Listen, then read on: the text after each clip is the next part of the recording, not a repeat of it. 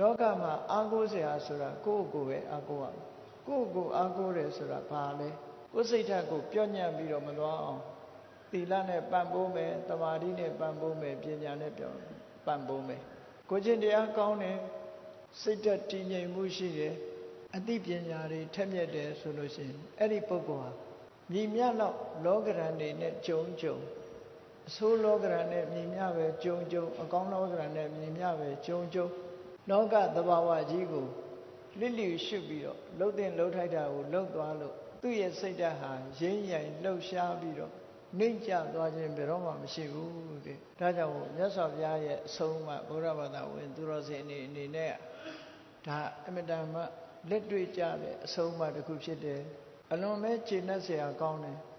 ဗုဒ္ဓဘာသာဝင်ဖြစ်ရခြင်းဟာအလွန်ကျေနပ်စရာကောင်းဘယ်သူကမှအားကိုးရတာမျိုးမဟုတ်ပဲနဲ့မိမိတို့ကိုယ်တိုင်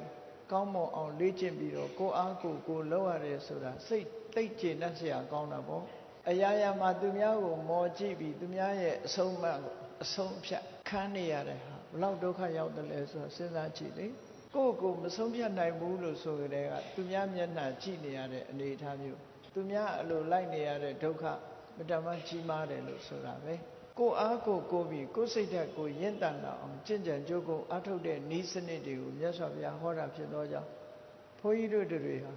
ဒီစနစ်အတိုင်း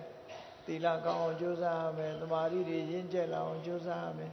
ပညာတွေထက်မြက်လာအောင်ကြိုးစားပေးရမယ်အဲ့ဒါလို့ကြိုးစားပေးမှ